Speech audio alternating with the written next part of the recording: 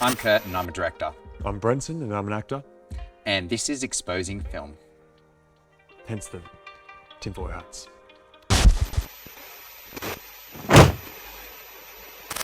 Okay, so we're going to go through a number of commercials and different movies, and we're going to stop them halfway through and just critique them at our own pace. Okay? Let's go. Why did they make the Great Wall of China? Yeah. That was during the time of Emperor Nazi Goring, and it was to keep the rabbits out. There's too many rabbits in China. Okay, now Daniel will do his talk on China. Oh, man. You know, I'm a dad now, and you are as well. You haven't gotten to this phase yet, but I feel like I do this all the time. This is like so relatable on so many levels. Yep. And I love how simple it is. I don't know whether they actually were driving down the road or whether it would have been in a studio with some sort of green screen setup or whatever. But it's such a simple shot, you know, like just a couple of different frames and just a clever piece of creative. You know what's interesting now? Like, that was so old, and mate, he was just having a conversation with his kid. Like, there's nothing bang or this or that, like nothing coming up or salesy or whatever. It just took its time, but you can't get that anymore. It's like everything's so right now, but back then it was like, or it's like time. over polished and it's like hyper huge production. Yes. Now the acting was brilliant. It's like, I mean, the kid acting's it's very hard, but he did a brilliant job. But the man driving was sensational. I mean, like that in sitcom they call it a lovable loser, and he didn't fall quite into that, but it was that kind of concept of he's just this soft, like clueless dad just looking around. They say when you look up, it means you're lying. Did you know that? When you look up, you're having a conversation. When you look up, it means you're lying. When you look down, it means you're thinking of, you're remembering what happened. But when you look up, it's like, it's that darting eyes is lying, and he did it. He played it, very well. So good. It's I cool, love that. It's such a good act. Hello, ladies. Where can you go when your man smells like me? Close your eyes and I'll show you. Do you feel it? The sand between your toe tips? I do. Surprise! You're on a mountain peak. Why, play those sweet shalalas you love to hear. Firework colors turn our world upside down. I hope you like water, because we're neck deep in the sweet waters of friendship and trust. You see, when your man smells like the fresh scents of Old Spice, you can go anywhere. Unless, of course, you prefer to stay in. Like, what? What the heck? Bro, like, that's incredible, huh? just logistically, like all those sets up on different angles and sides, like the set build alone would have been worth so much money. I don't know how much it would have cost. I would love to know that, because there's so many different scene changes there and like different things dropping into frame and then the camera's twisting around. Dude, that's a one shot. That's one shot. For an actor, that is the highest pressure you can do. The one shot, if you stuff up, there's so many moving parts and pressure on you. So he did a brilliant job. Like the focus it takes for all those things to move around you, that's unbelievable. Yeah, and you probably can't see it there, but there'd be a massive team involved in this. I think there's a shot where he like goes underwater. Like what do they use there? So there's real fish in that, and there's no fish in it. No, look, you can see there's no fish. Oh, it's just fish in the side, so they put it in afterwards. I like the bit so where cool. someone just ripped his pants off. I don't even know if that was a robot. That was just one of the guys on set. Was that part of the take? It's my time to shine, boys. Oh, it's so good. Okay, so this next one is actually a movie. We're going to move away from the commercials for a bit. It's called Devotion. It's a new film out on Netflix at the moment. I told you to watch it during the week. Yeah. And did you watch it? My Wi-Fi was out.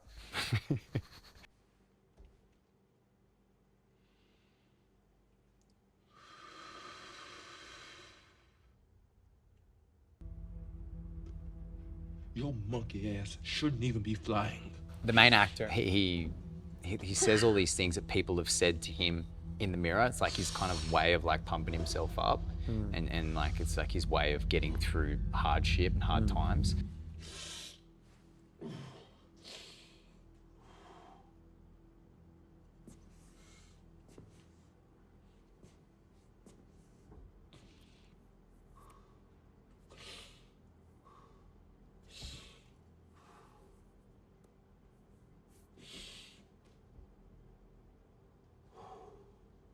as a director and telling the story, does such a powerful little monologue. Like, it says so much about his character. The reason why I think it's like a cinematic shot, like there is a complexity to it at the end, but that first up shot where you're straight onto him, he's literally looking down the barrel of the camera, and they've picked a really nice lens with a shallow depth of field. The coloring's beautiful in it. It's moody, it's dark, and then all of a sudden the camera, it's when he drops his head. I scrubbed through it.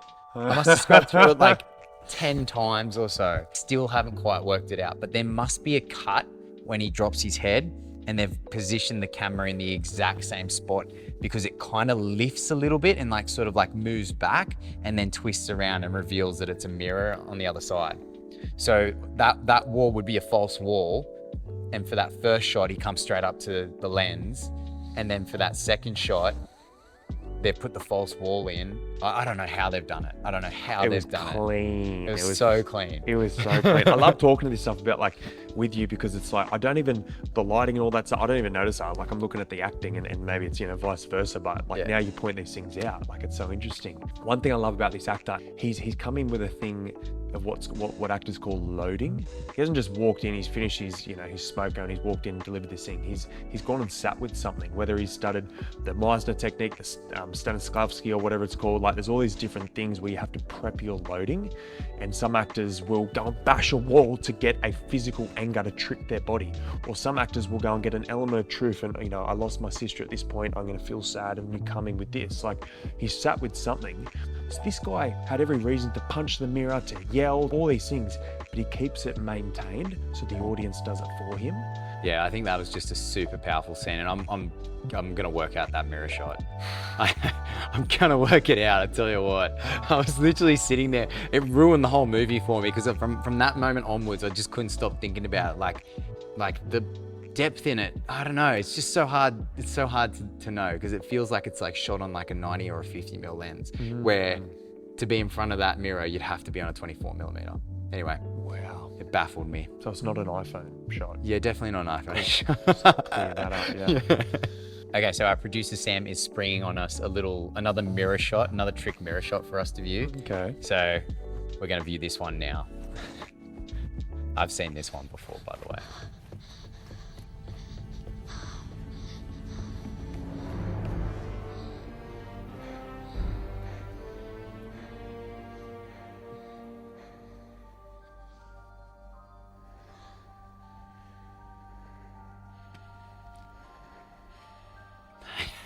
That whole long take. Wait, what? Can we watch that last bit again? So was he filming through a mirror or something? Do we know how they shot that one? Do you know how they shot it, Sam? I'm pretty sure it turns into a VFX shot, but it's two different shots. One with a green screen on the mirror, and they've done an overlay. So it's a visual effects shot. It's two different shots put together, yeah. Far out. Okay, that makes a lot of sense, because I don't know, because otherwise she would have had to been like running in reverse that whole scene for that to be possible. Wait, no, that still wouldn't work. Yeah, that's wild. I got no idea how how they put that together. I wonder if I was just watching that movie, if I would have picked up on that, if I wasn't with you or doing this stuff, what I mean? Yeah, probably This is not. stuff that a lot of people would miss. Yeah. Okay, so now we're moving on to probably one of my favorite movies of all time. Wes Anderson. I take a lot of inspiration from him, but this is Grand Budapest Hotel, directed by Wes Anderson. And this is a little behind the scenes snippet of how they filmed it. Cuts, which is fine with me because I like those. More flavourful, so they say. Why are we stopping at a barley field?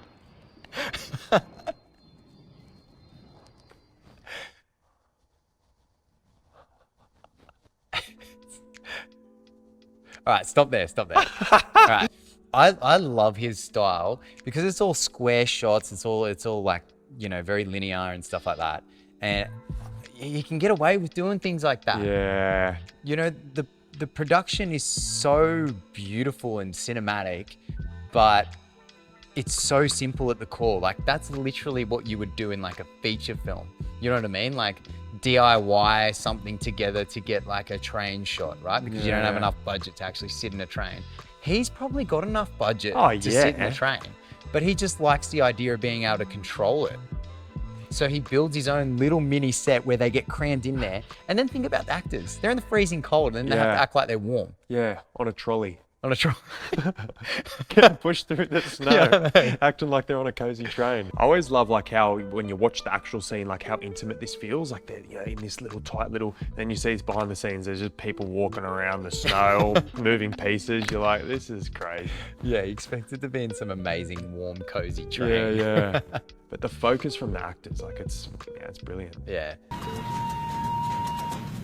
By express wireless, I wrote Agatha with instructions to move to our pre-arranged hideout, a gypsy caravan on the outer Nevelstad Range, while Monsieur Gustav and I continued east into the Zabrowskian Alps, toward our high-altitude rendezvous with the butler, Serge X. The smoke. As a precaution, we disembarked quietly in the freight yacht. It's just so much more simple than what it is now. Like now it's, you hire a big train out, you get a full crew, like you have to like cut off different platforms, like big Hollywood movie budget is like that. And then here's Wes, I'm pretty sure he won a heap of awards for that film, so. Oh yeah. I remember hearing like, even in Pirates of the Caribbean, like they had so much budget from Disney and stuff. Like all the treasure chests and stuff that were in the background, you'd open up, there's like, you see a few gold coins. It was filled to the brim with gold coins. It's like, they don't need to do that. You just put some on the top, but it's just like, when you got budget, they just go all out. Yeah, just make it as real as possible. Okay, so now we're gonna watch the trailer for Sharknado. I've never watched this film.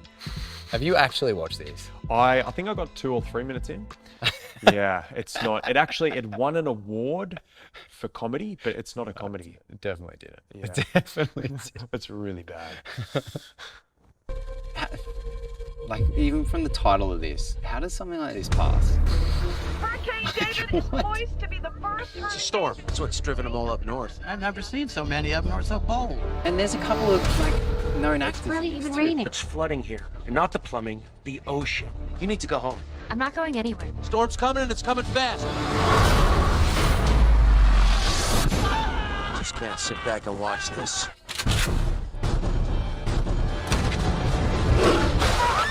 Tornado's heading towards the airport. We need to destroy it before it gets to them. Sharks in the air. Even the visual effects are poor. Just wait here and wait sharks to rain down on us.